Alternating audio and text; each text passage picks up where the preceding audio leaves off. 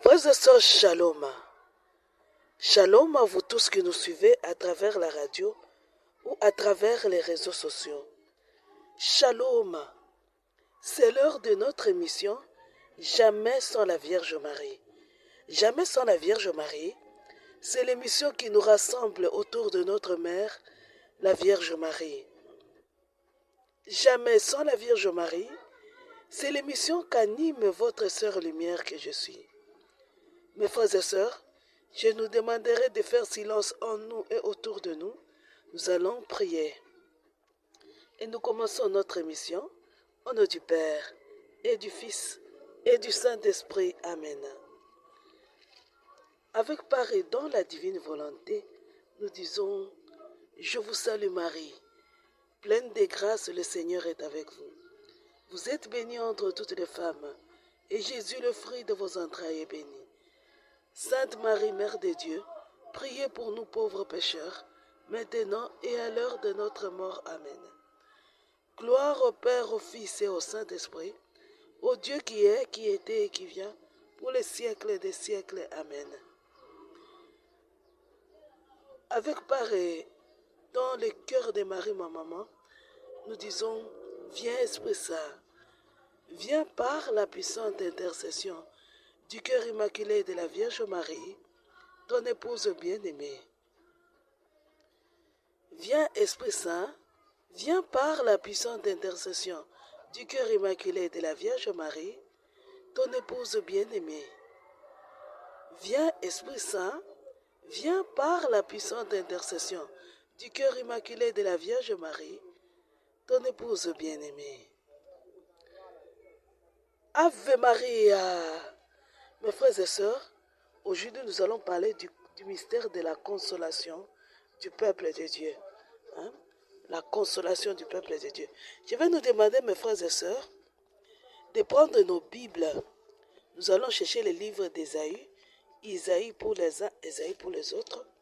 Nous allons chercher Ésaïe ou Isaïe 40. Moi, j'avais utilisé la Bible de Jérusalem. Donc, chez moi, c'est Isaïe. On va lire Isaïe 40. 40, n'allons pas tout lire. Nous allons aller du premier. Excusez-moi pour la petite toux qui est revenue.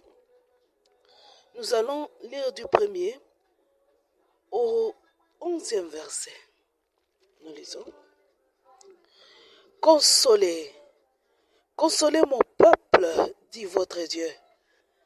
Parlez au cœur de Jérusalem et criez-lui que son service est accompli, que sa faute est expiée, qu'elle a reçu de la main de Yahvé double punition pour tous ses péchés. Une voix crie dans le désert, une voix crie dans le désert, frayez le chemin de Yahvé. Dans la steppe, aplanissez une route pour notre Dieu. Que toute vallée soit comblée, toute montagne et toute colline abaissée, que les lieux accidentés se changent à plaine, les escarpements en large vallée. Alors la gloire de Yahvé se révélera, et toute chair d'un coup la verra, car la bouche de Yahvé a parlé. Une voix dit, crie. Et je lui dis, que crierai-je? Toute chair est de l'herbe, et toute sa grâce est comme la fleur des champs. L'herbe se dessèche, la fleur se fane, quand le souffle de Yahvé passe sur elle. Oui, le peuple, c'est l'herbe. L'herbe se dessèche, la fleur se fane, mais la parole de notre Dieu subsiste à jamais. Monte sur une haute montagne, messagère de Sion. Élève et force la voix, messagère de Jérusalem. Élève la voix et ne crains pas, dis aux villes de Juda. Voici votre Dieu.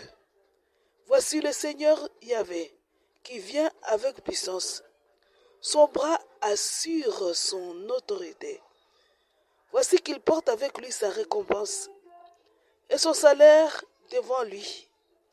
Tel berger, il fait paître son troupeau. De son bras, il rassemble les agneaux.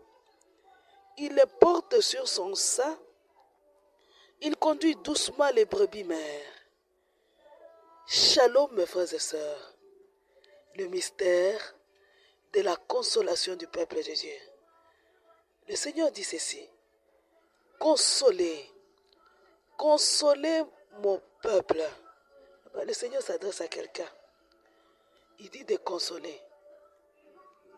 Le peuple de Dieu qui souffre, qui a reçu de sa main, de la main de Dieu même, une double punition, le Seigneur demande à quelqu'un de le consoler. Il dit, consolez mon peuple.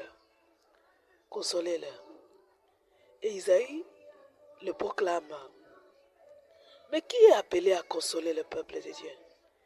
Qui peut consoler l'autre? Parce que le peuple de Dieu, c'est toi et moi. Nous tous, nous souffrons. Maintenant, le Seigneur dit, consolez mon peuple. Maintenant, qui va consoler l'autre? Je vais vous demander, mes frères et sœurs, d'aller, de prendre encore la Bible. Vous cherchez 2 Corinthiens. 2 Corinthiens 1. 2 Corinthiens 1. Vous prenez 2 Corinthiens 1 du 3e au 5e verset. Du 3e au 5e verset, nous lisons, mes frères et sœurs. Nous allons lire. Alors, nous allons déborder jusqu'au 7e. Donc, du 3e au 7e verset, nous lisons. Béni soit le Dieu et Père de notre Seigneur Jésus-Christ, le Père des miséricordes et le Dieu de toute consolation, qui nous console dans toute notre tribulation, afin que par la consolation que nous-mêmes recevons de Dieu, nous puissions consoler les autres en quelque tribulation que ce soit. De même, en effet, que les souffrances du Christ abondent pour nous, ainsi par le Christ abonde aussi notre consolation. Sommes-nous dans la tribulation? C'est pour votre consolation et salut. Sommes-nous consolés? C'est pour votre consolation qui vous donne de supporter. Excusez-moi, ma toux est de retour. Je réponds. Sommes-nous dans la tribulation? C'est pour votre consolation et salut. Sommes-nous consolés? C'est pour votre consolation qui vous donne de supporter avec constance les mêmes souffrances que nous endurons, nous aussi. Et notre espoir à votre égard est ferme. Nous savons que, partageant nos souffrances, vous partagerez aussi notre consolation. Shalom, mes frères et sœurs, nous allons nous arrêter là. Vous pouvez continuer, c'est intéressant même la suite. Nous pouvons nous arrêter là.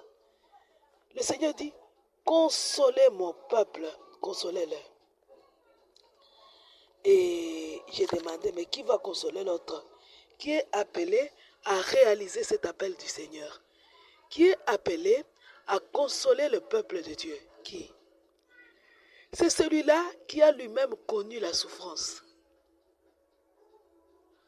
C'est lui qui a lui-même connu la souffrance peut consoler celui qui souffre. Je vais vous donner un exemple facile. Celui qui n'a jamais été veuve, il ne connaît pas la souffrance d'une veuve. Il peut s'imaginer, mais la connaître réellement, cette souffrance-là, il n'a pas connu parce qu'il n'a jamais été veuve. Celui qui n'a jamais été orphelin, il ne connaît pas la souffrance d'être orphelin. Parce qu'il n'a jamais été orphelin. Donc, celui qui connaît la souffrance d'être orphelin ou veuve, celui qui connaît la souffrance de quelqu'un qui souffre, qui passe par un moment difficile, c'est celui qui est déjà passé par ce moment-là. Alors il peut dire oui, je souffre, tu souffres, moi aussi je connais cette souffrance-là. Connaître, c'est-à-dire je suis déjà passé par cette souffrance-là. Puisque l'expérience rend sage et l'expérience éduque mieux que les théories. Hein. La pratique aide à la théorie à mieux s'affermir. Celui qui a connu la souffrance connaît mieux la souffrance que celui qui la connaît en théorie, n'est-ce pas? N'est-ce pas qu'on nous enseigne que la souffrance, c'est une autre version de la croissance, n'est-ce pas?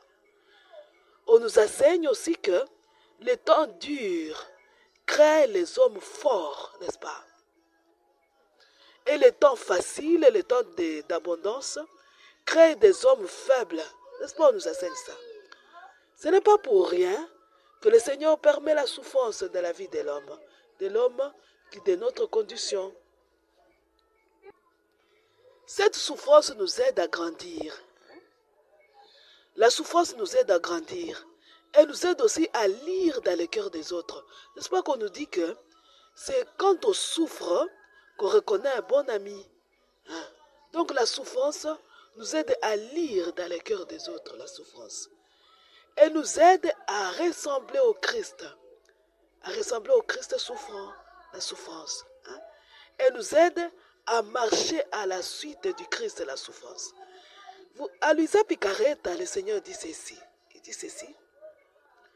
Avant d'avoir souffert, avant qu'il vienne le Seigneur Jésus, hein, avant qu'il vienne en chair et en os parmi nous, la souffrance était perçue comme une chose repoussante, répugnante. Donc, on considérait que tu souffres.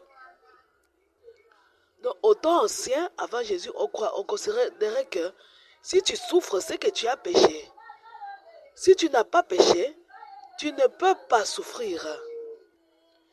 Mais depuis la venue de notre Seigneur Jésus-Christ, la souffrance n'est plus comme ça. C'est le Seigneur qui l'a dit à Luisa. Il dit, depuis que je suis venu en chair et en os parmi vous, ce n'est plus comme ça. Tu peux souffrir.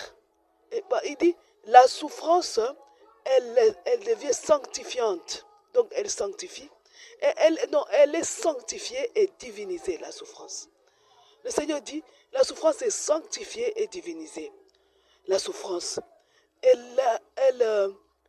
l'âme qui reçoit la souffrance, le don de la souffrance de la main de Dieu, cette âme est honorée. C'est le Seigneur qui l'a dit. Si tu souffres, essaie d'étudier la situation. Si tu rends compte que tu n'as rien fait du tout, mais tu souffres énormément. Essaie de voir où est ta foi. Si ta foi est en Dieu et que tu souffres, on se moque de toi. Sois dans la joie comme les apôtres. Quand on les fouettait, ils étaient dans la joie parce qu'ils disaient au moins on nous a fouettés pour le Seigneur. Parce que si tu souffres pour le Seigneur, tu es honoré. Tu es honoré. Shalom mes frères et sœurs. Et Saint Paul vient de dire, il n'y a que celui qui a connu la souffrance qui peut consoler le peuple de Dieu. Parce que le Seigneur le fait souffrir pour qu'il connaisse cette souffrance-là et qu'il soit consolé. De la même façon, le Seigneur, il te fait souffrir puis il te console.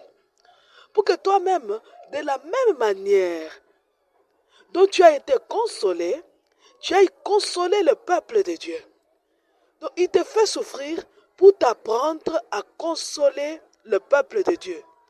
Du coup, la souffrance, elle nous ouvre à la consolation divine. Et la consolation divine qui est le mystère de la formation des consolations des peuples de Dieu. Donc, Dieu forme ce consolateur à travers la souffrance et la consolation qui vient de lui. N'est-ce pas? Saint Paul dit, c'est pour vous que nous connaissons la souffrance, c'est pour vous que nous connaissons la consolation. C'est ça. Donc Dieu nous forme, il forme les consolateurs de son peuple à travers souffrances et consolations. Ainsi, les vrais serviteurs de Dieu passent de souffrance à souffrance et de consolation à consolation.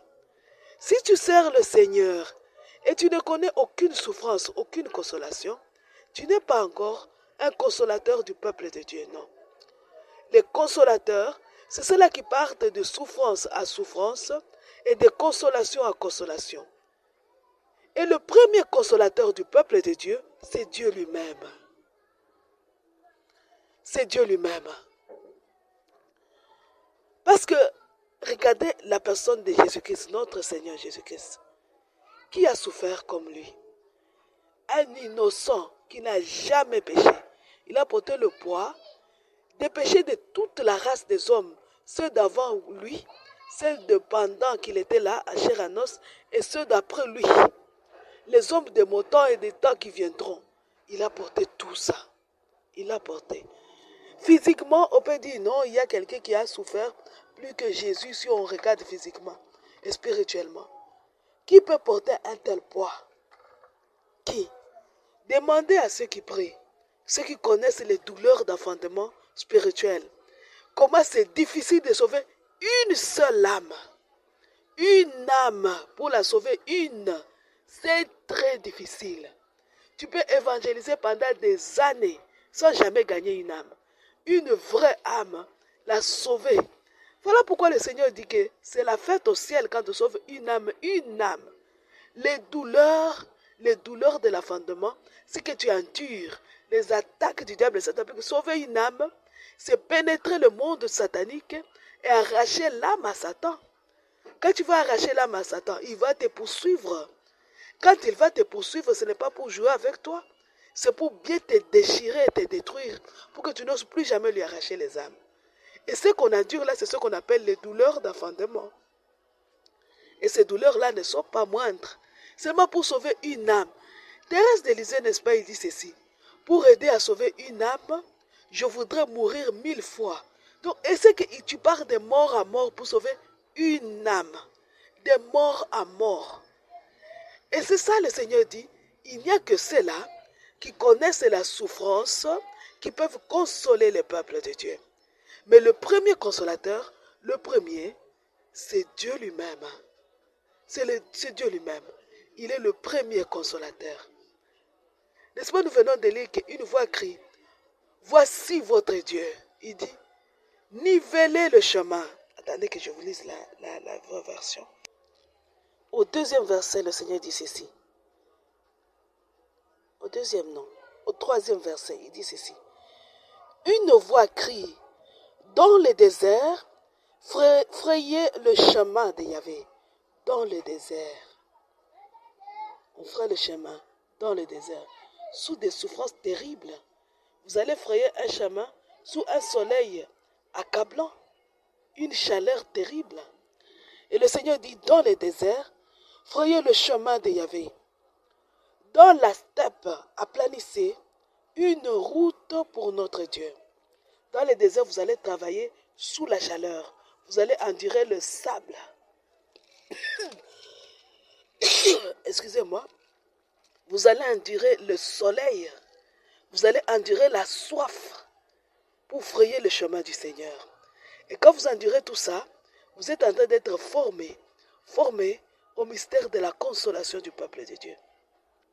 Vous ouvrez la voie pour que vienne le consolateur, le Dieu lui-même, et dit que toute vallée soit comblée. Que toute vallée soit comblée. Ça, c'est dans la steppe. Vous devez transporter les choses pour aller combler les vallées. Il faut combler. Donc, il faut combler avec quelque chose.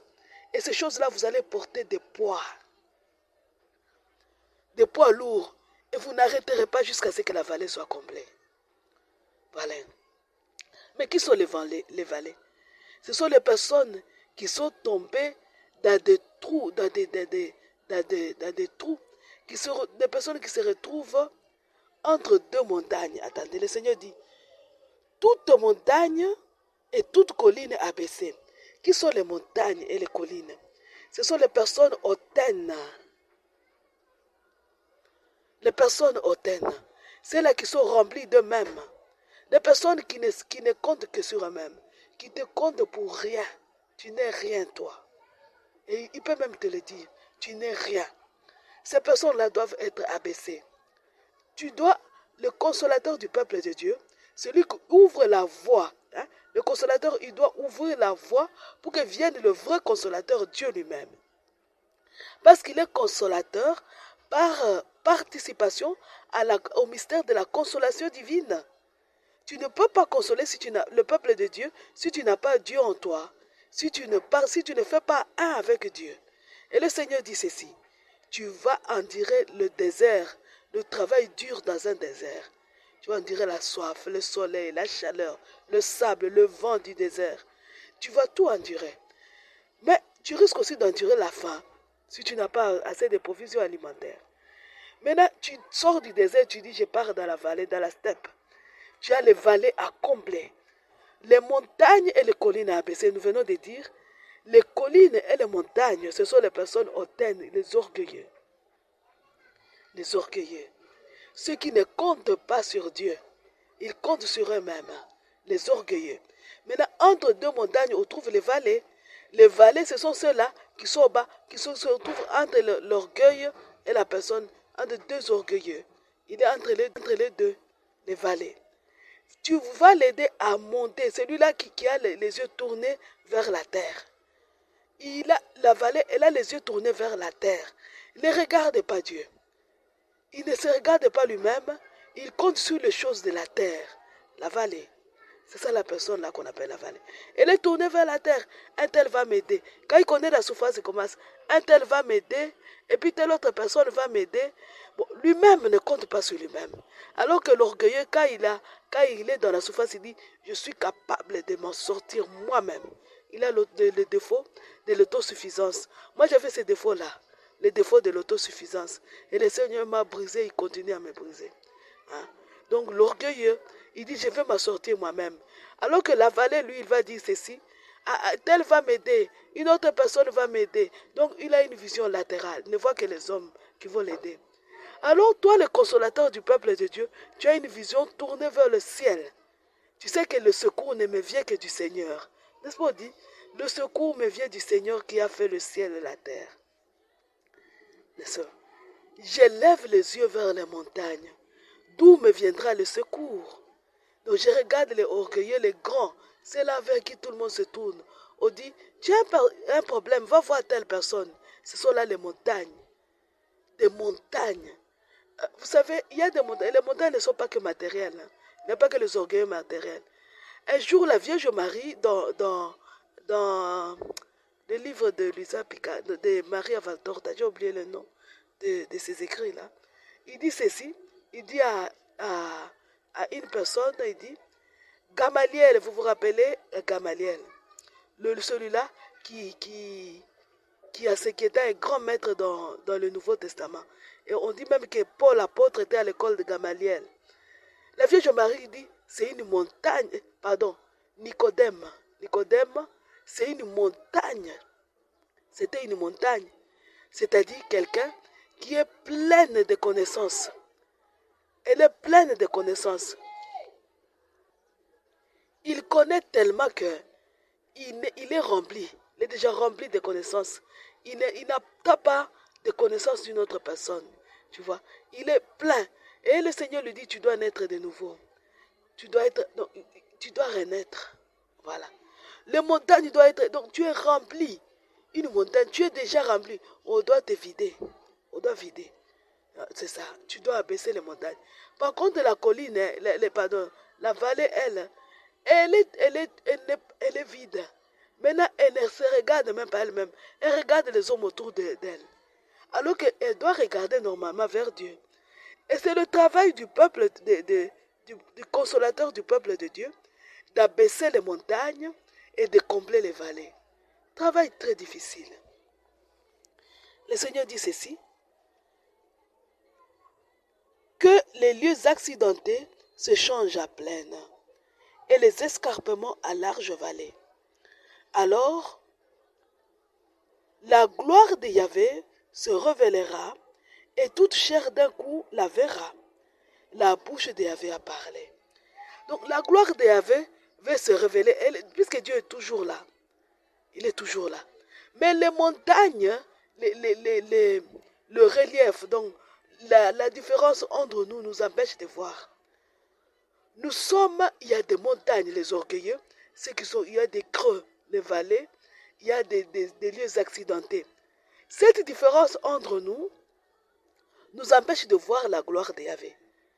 Quand tu es devant une montagne, comment tu vas voir ce qui est de l'autre côté de la montagne? Il faut d'abord monter sur la montagne pour voir ce qu'il y a de l'autre côté de la montagne.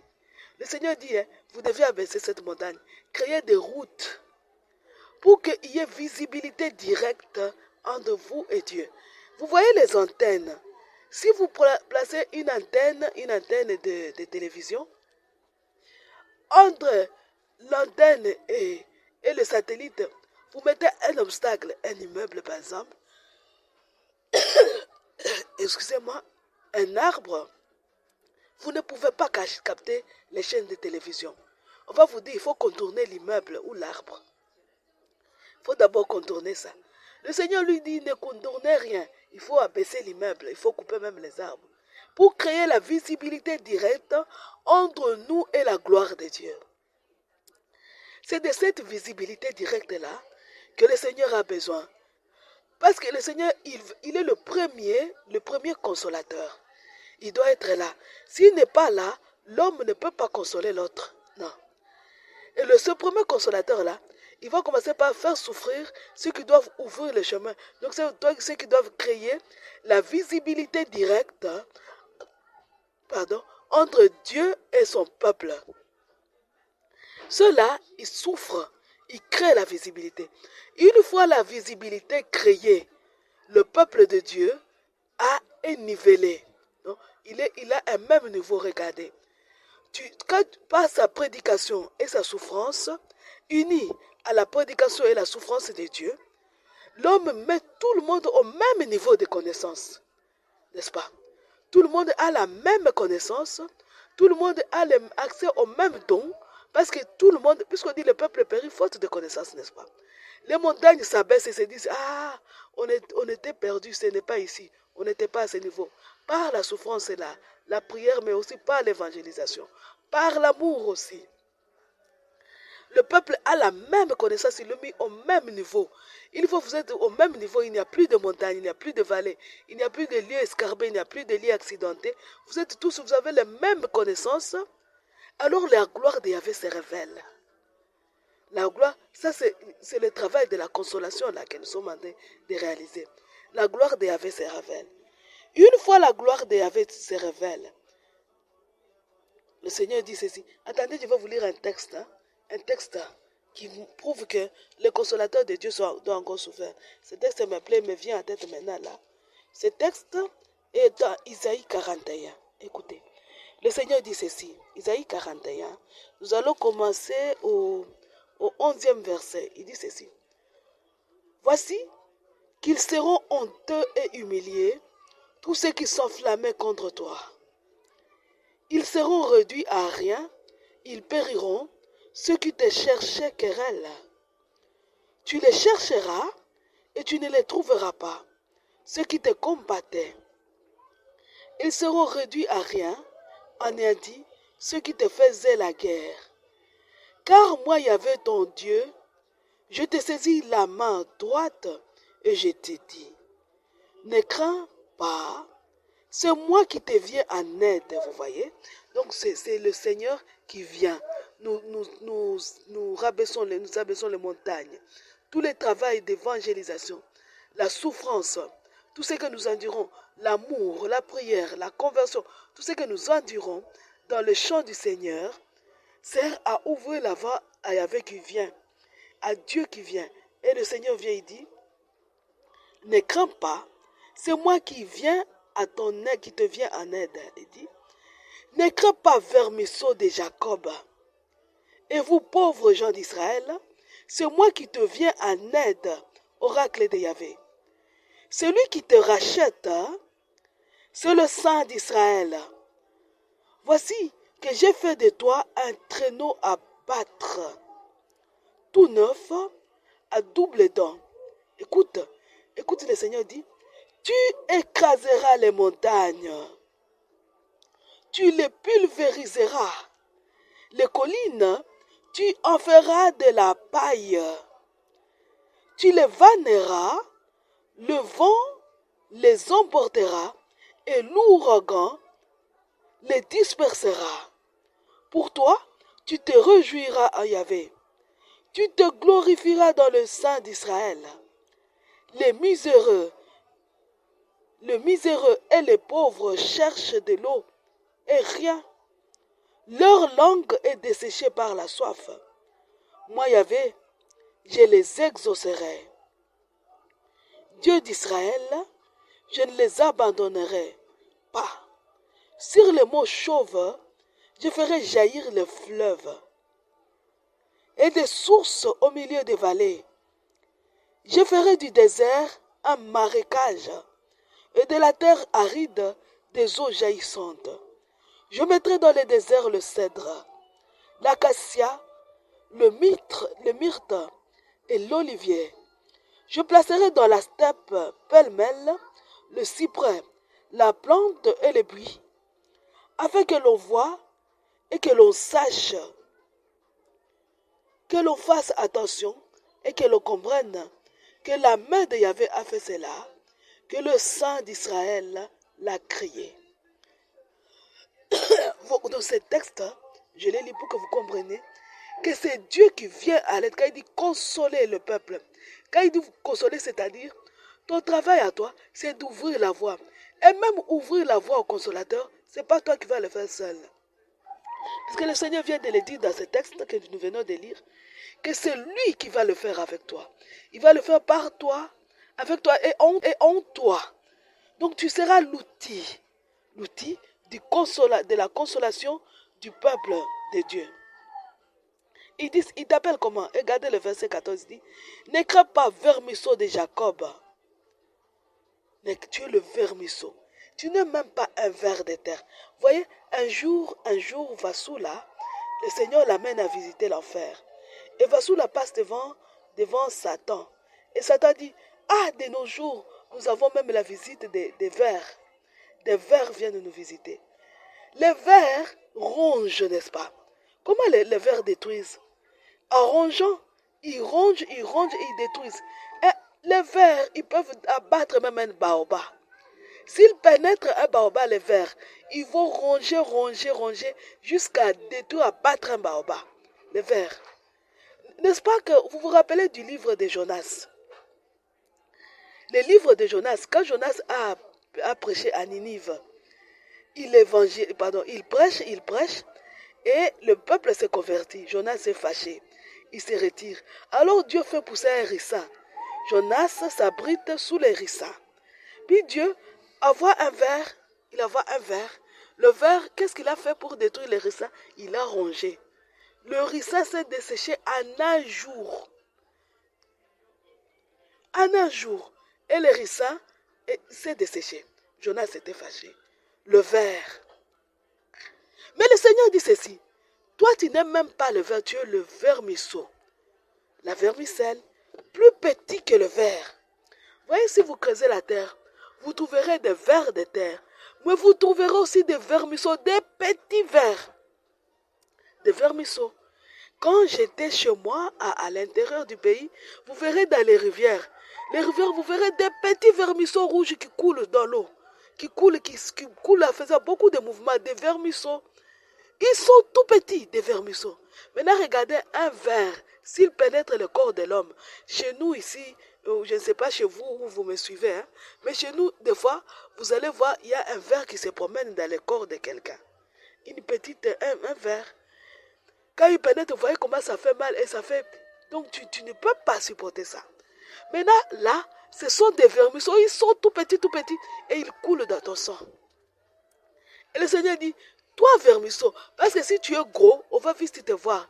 Mais quand tu es une vermicelle, on ne te voit même pas. Tu es invisible, on ne te voit même pas. Tu es trop petit pour qu'on te voie. On cherche bien les vers, mais les vermisseaux, ils s'infiltrent, ils se cachent, ils s'enfoncent dans la terre. Maintenant, si on envoie des vermisseaux, puisque le Seigneur, lui, il refuse même d'envoyer les vers pour consoler son peuple. Il préfère envoyer les vermisseaux. Et ces vermisseaux, ils vont pénétrer le peuple de Dieu. Ils vont ronger les montagnes. Shalom, mes frères et sœurs. Voilà pourquoi tu vas souffrir. Toi, tu vas ronger. Mais la montagne, là, elle va te faire souffrir. Parce qu'elle va bouger, elle va sentir qu'il y a un verre qui est à côté, qui est en moi. Il va sentir. Voilà pourquoi quand tu prêches, les orgueilleux, ceux qui ne sont pas à Dieu, ceux qui sont pleins d'eux-mêmes, te font souffrir. Regardez ça, ce que les gens du temps des apôtres leur ont fait. Ils les ont tous tués. Les apôtres sont morts martyrs, sauf Jean. Parce que c'était des vermisseaux qui rongeaient, qui abaissaient les montagnes et on les tuait. Une fois on t'attrape, on te tue. Parce qu'on dit, ah, ce verre est en train de me détruire, il est en train de me ronger. Mais le Seigneur dit, toi que j'envoie, vermicelle, tu vas ronger les montagnes. Tu vas ronger. Le Seigneur t'a donné ce pouvoir. La vermicelle à ces petits. Par la bouche des petits, jusqu'aux cieux, ta splendeur est chantée. Par la bouche des enfants, des tout petits. Rempart que tu opposes à l'adversaire, où l'ennemi se brise à sa révolte. Les tout petits, les vermisseaux, voilà les consolateurs du peuple de Dieu. Ceux-là que le Seigneur rend petits en les faisant passer au creuset de la souffrance. Il les fait souffrir, c'est ce que nous avons lu dans les livres, dans les écrits de Paul. Il te fait passer de souffrance à souffrance, de tribulation à tribulation. Et puis, il te fait passer aussi de consolation à consolation. Il est écrit, malheur sur malheur pour le juste, mais le Seigneur la délivre toujours. Ce malheur sur malheur-là, c'est sa souffrance sur souffrance. Consolation sur consolation. Tout ça pour la consolation du peuple de Dieu. Pour que la voie s'ouvre et que la gloire du Seigneur soit visible. Si la gloire du Seigneur est visible, si tout le monde peut la voir, alors le peuple de Dieu sera consolé. Je dirais qu'en voyant seulement la gloire de Dieu, le peuple déjà est consolé. Et le Seigneur dit ceci, il n'y a pas que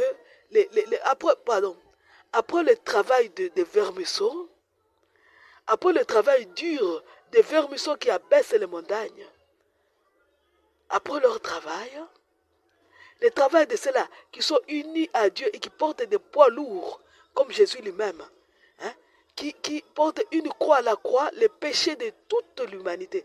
Donc, l'humanité de tous les temps. Ceux-là, ceux qui peuvent porter, ceux qui sont un avec Jésus, les épouses de Dieu.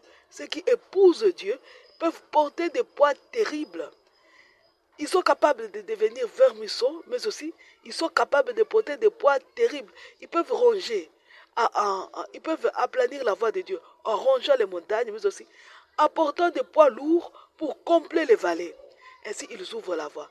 Une fois la voie ouverte, qu'est-ce que les messagers, les consolateurs du peuple de Dieu font? Ils deviennent des messagers. Le peuple de Dieu est incapable de voir Dieu. Il dit, une fois crie, la voix crie dit, voici votre Dieu. Shalom mes frères et sœurs. Ave Maria. Rappelons-nous de Jean le Baptiste. Jean le Baptiste. Il baptise, il crie dans le désert. Aplanissez. Jean le Baptiste, cette mission, il l'a fait. Il est le modèle que nous devons suivre. Jean le Baptiste, pour ouvrir la voie à notre Seigneur Jésus-Christ, il ne s'était pas installé dans la vallée. Il ne s'était pas installé dans la ville ou à la campagne. Il était dans le désert. Il mangeait des sauterelles. Il s'était coupé de tout le monde, de sa famille, de la société même. Il était solitaire, il mangeait, même s'il avait quelques disciples, il vivait la solitude. Parce qu'il était seul. Il avait des disciples, mais il était seul. Il dit ceci. Jésus dit, Jean ne mangeait pas, il ne buvait pas. Jean. Donc il a travaillé dur pour ouvrir la voie à Jésus. Il ouvre la voie. Une fois la voie ouverte par le baptême, il baptise même. Une fois la voie ouverte, Jean est celui qui montre Jésus, qui présente Jésus au monde. La Vierge Marie a présenté Jésus à son père au temple de Jérusalem, hein, quand il était bébé Jésus. il est présent au temple. La Vierge Marie a fait la présentation de Jésus au monde après Jean-Baptiste. Le premier qui présente Jésus au monde, c'est vrai. La Vierge était à l'épiphanie, mais l'épiphanie c'est la révélation. C'est Dieu qui se révèle, qui se présente de lui-même. Mais celui qui le présente au monde, c'est Jean-Baptiste. Il dit, voici l'agneau de Dieu. Shalom mes frères et sœurs. Il dit, voici l'agneau de Dieu. Ça c'est Jean-Baptiste. Il aplanit la voie. Il travaille à baisser les montagnes, à combler les vallées. Après avoir fait ce travail, il devient messager. Il dit, voici votre Dieu, monde messagère. Et la Bible de Jérusalem est claire, il parle de la messagère. La messagère. Une femme. La messagère. La messagère qui dit, voici votre Dieu. Pourquoi une femme? Parce qu'au moment de la souffrance, n'est-ce pas, le Seigneur avait dit, j'ai rentré les hommes rares. Il dit, vos hommes mourront au combat. Dans la souffrance, pendant le moment de la tribulation du peuple de Dieu, de la punition, il y avait guerre sur guerre, et le nombre d'hommes avait diminué. Le Seigneur avait dit, je vais diminuer les hommes. Il a dit, 7 femmes vont se battre pour un homme. Et nous vivons ça aujourd'hui. Aujourd'hui, vous allez voir, on apprend même sur les réseaux sociaux, dans les films. On nous montre comment les femmes commencent à se battre pour les hommes, même pour les hommes mariés, et dire que cet homme, c'est mon homme. C'est une malédiction. C'est ça la preuve que nous connaissons le moment où le Seigneur est en train de châtier la femme. Parce que la femme est devenue, au lieu d'aider l'homme à gérer, d'aider l'homme dans la gestion du monde, elle fait la hautaine. La plus belle, la sexy, voilà. Et le Seigneur la châtie. Il tue les hommes à la guerre. Non, il permet que les hommes meurent à la guerre. Ainsi, vous allez vous battre 7 femmes pour avoir un seul homme. Et un homme qui ne va pas vous prendre en charge, vous dites vous-même, hein, non, nous allons nous-mêmes, c'est dans les livres d'Isaïe. J'ai oublié les chapitres, je ne veux pas le chercher aussi parce que sinon ça va nous prendre du temps, trop de lecture. Vous allez dire, attendez, je vais chercher comme ça, là vous allez comprendre. C'est dans Ésaïe 3, chapitre 3. Ça commence au 16e verset. Écoutez, le Seigneur dit, Yahvé dit, parce qu'elles font les fières, les filles de Sion, et qu'elles vont le cou tendu et les yeux provoquants, qu'elles vont à pas menus, en faisant sonner les anneaux de leurs pieds, le Seigneur rendra galer le crâne des filles de Sion. Yahvé dénudera leur front. Ce jour-là, le Seigneur ôtera l'ornement des chaînettes, les médaillons et les croissants, les pendentifs, les bracelets, les breloques, les diadèmes et les chaînettes des chevilles, les parures, les boîtes à parfum et les amulettes, les bagues et les anneaux de narines, les vêtements de fête et les manteaux, les écharpes et les bourses, les miroirs, les linges fins, les turbans et les mantilles. Alors au lieu de baume, ce sera de la pourriture. Au lieu de ceinture, une corde. Au lieu de coiffure, la tête rase. Au lieu d'une robe d'apparat, un pagne de grosse toile. Et la marque au fer rouge au lieu de beauté. Écoutez. Des hommes tomberont sous l'épée. Toi qui cours après les hommes, la femme, au lieu d'aider l'homme, au lieu de réfléchir, le monde s'égare. Le monde s'égare, l'église s'égare. C'est très valable dans l'église. L'église n'est gérée que par les hommes, le clergé. C'est uniquement les hommes. Le clergé s'égare. Au lieu de réfléchir, pourquoi le clergé a de s'égarer? Au lieu de réfléchir à aider le clergé, toi tu es là à côté, en train de faire maquillage. Sexy, belle. Le Seigneur dit, hein, tous les hommes tomberont sous l'épée, et les braves dans le combat. Ces portes gémiront et seront dans le deuil. Désertée, elle s'assira par terre.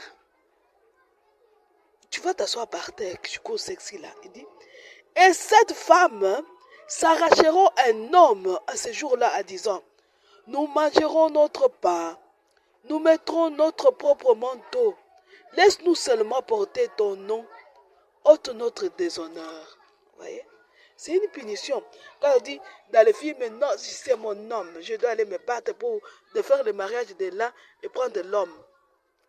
Et l'homme, au lieu de réfléchir et dire, qu'est-ce qui m'arrive? Pourquoi on commence à draguer, on commence à courtiser les hommes? Pourquoi? L'homme s'est dit, maintenant je suis le roi. Oh, même moi, on doit s'agenouiller devant moi, parce que même les femmes me courtisent. Oh, il ne se rend pas compte que c'est la malédiction, c'est le temps de la malédiction. Il ne se rend pas compte. Le Seigneur dit, vous allez mourir, les hommes vont finir. Et la femme, vous allez vous battre pour avoir cet homme. Mais le Seigneur vient de nous dire, au temps de la consolation, maintenant ce temps-là, le Seigneur dit, consolez mon peuple. Au temps de la consolation, parce qu'il y aura maintenant trop de femmes.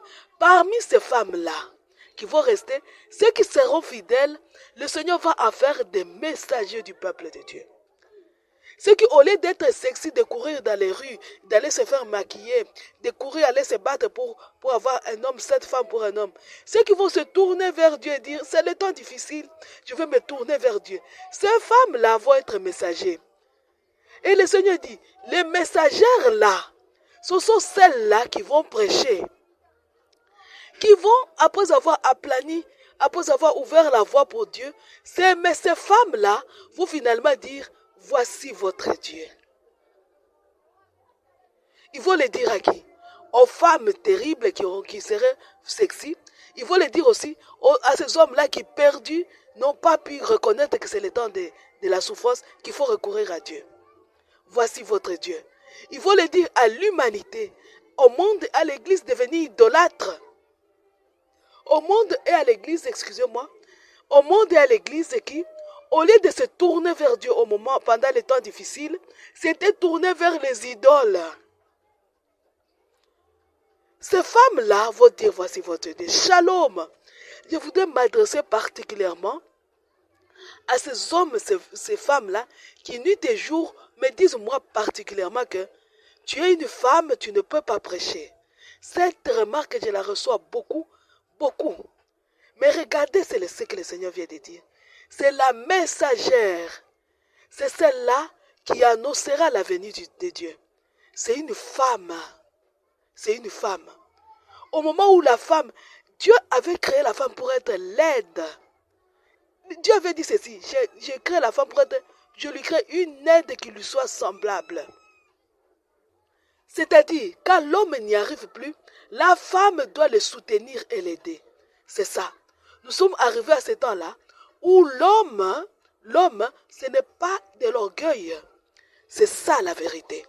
Nous sommes arrivés à ce temps où le prêtre dans le groupe des âmes consacrées, il y a les clergés et les laïcs.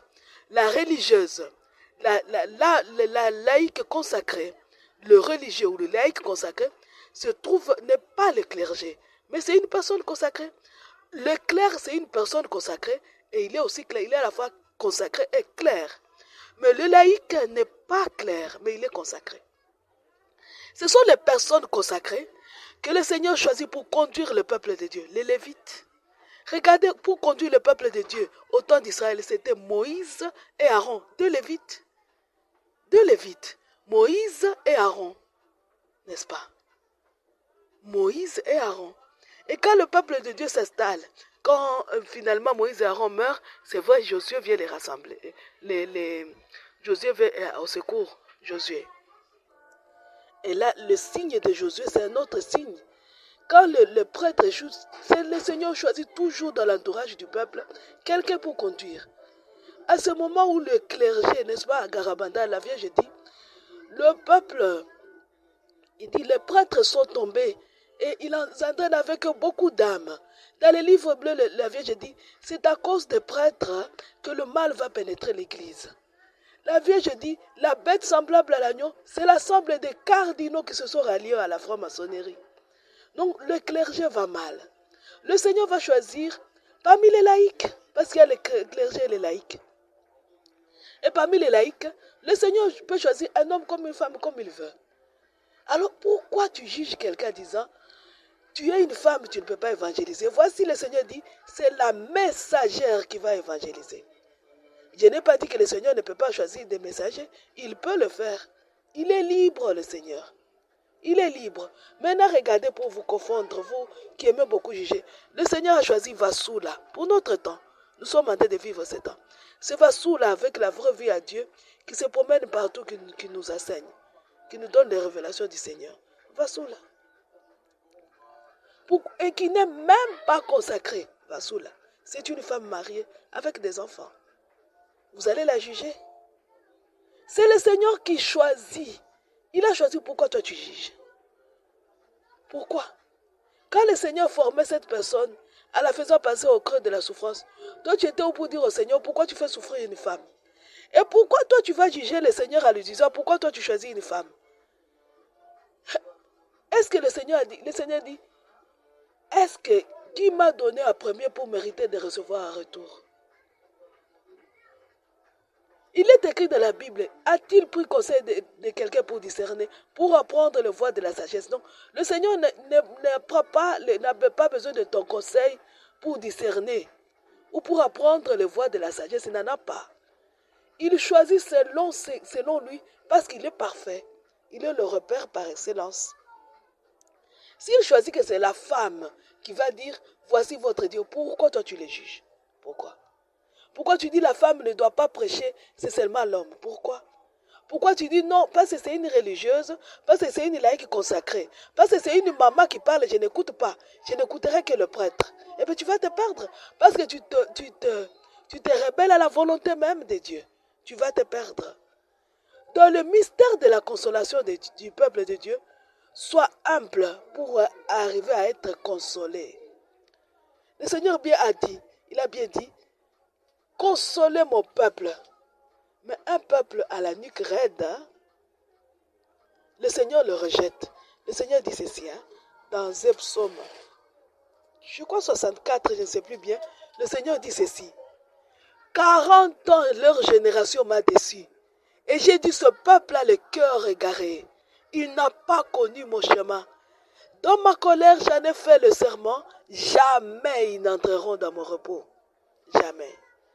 Pendant 40 ans, le peuple a déçu. C'est la même chose. C'est le temps où le Seigneur est en train d'envoyer ses messagers et ses messagères.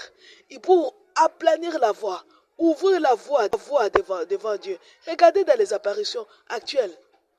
Il y a des hommes comme des femmes. Il y a des consacrés comme des laïcs simples. Il y en a. C'est le Seigneur qui choisit. D'ailleurs, il avait dit dans le livre d'Isaïe, je répandrai sur vous mon esprit. Vos fils et vos filles prophétiseront. Pourquoi alors vous ne dites pas au Seigneur, non, que les filles ne prophétisent pas? C'est le Seigneur qui choisit. C'est le Seigneur qui choisit. Shalom, mes frères et sœurs. Quand les sacerdotes, quand les prêtres n'y arrivent pas, le Seigneur envoie les prophètes. Et parmi les prophètes, il les met des filles et des garçons. C'est lui qui choisit. Ne le juge pas. Si tu restes en train de dire, non, moi je n'écouterai que les hommes. Le temps de la consolation passera, toi tu seras toujours une montagne. Une montagne. Et quand le Seigneur viendra, c'est pour t'écraser. C'est pour t'écraser. Parce qu'au moment où il fallait niveler, toi tu n'as pas voulu être nivelé. Il va te rejeter.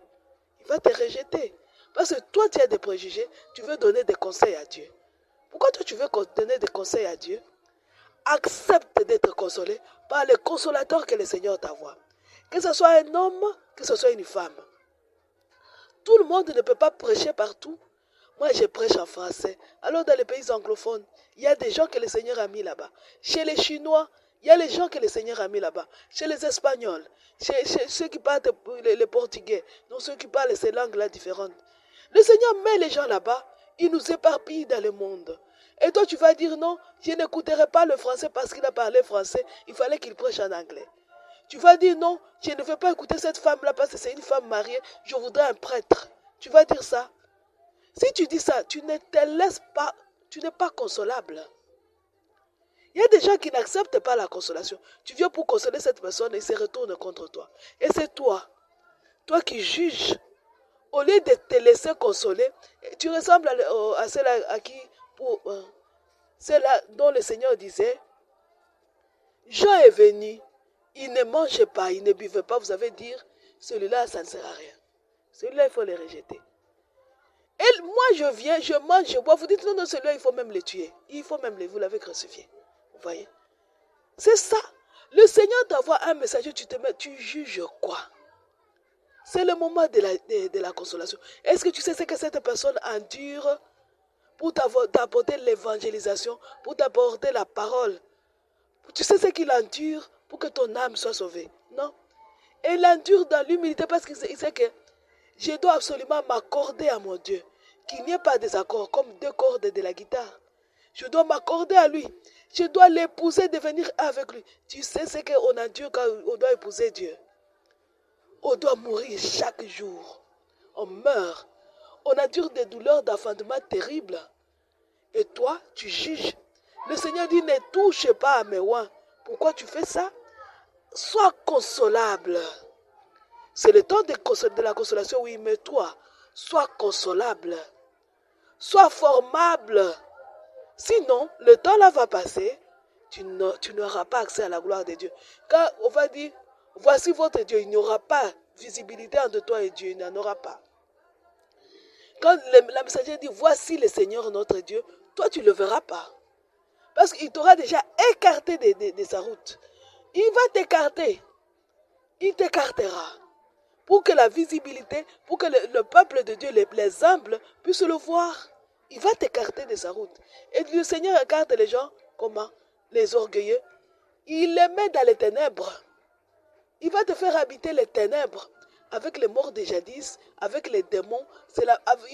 Tu meurs, tu pars même en affaire. C'est là-bas, il va t'écarter de ta route, de sa route. Parce qu'il ne peut pas sacrifier son peuple à cause de ton orgueil. Il ne peut pas faire ça. Shalom mes frères et sœurs, c'est l'heure. Nous allons dire un je vous salue Marie pour clôturer notre émission. Nous disons je vous salue Marie. Pleine de grâce, le Seigneur est avec vous. Vous êtes bénie entre toutes les femmes. Et Jésus, le fruit de vos entrailles, est béni. Sainte Marie, Mère de Dieu, priez pour nous pauvres pécheurs, maintenant et à l'heure de notre mort. Amen. Gloire au Père, au Fils et au Saint-Esprit, au Dieu qui est, qui était et qui vient, pour les siècles des siècles. Amen. Ave Maria. Nous clôturons notre émission au nom du Père et du Fils et du Saint-Esprit. Amen. À la prochaine, mes frères et sœurs.